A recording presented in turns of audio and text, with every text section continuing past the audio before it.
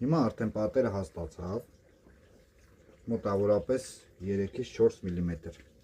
զրո ամբողջ։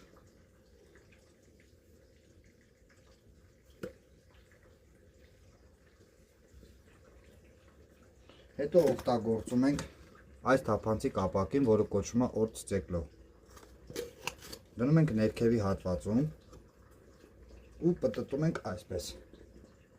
Ամբողջ գիպսը ավել լցվում է այստեղ ու փակվում է մեր կասի տակը։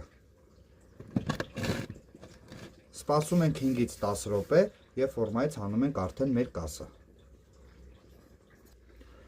Այժմ արդեն ժամանակն է։ Հիմա մենք հանում ենք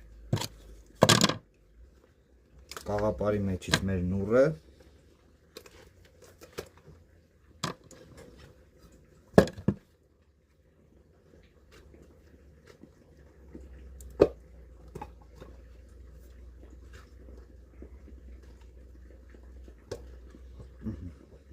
Սա մեր նուռը։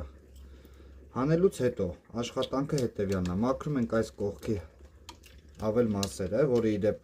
առաջանում է նրա համար, քանի որ սա կաղապարներ է եւ իր գծային հատվածներից ինքը գիպսը ստեղ թողում է իր հետքը։ Սա մաքրում ենք դանակով, հեռացնում ենք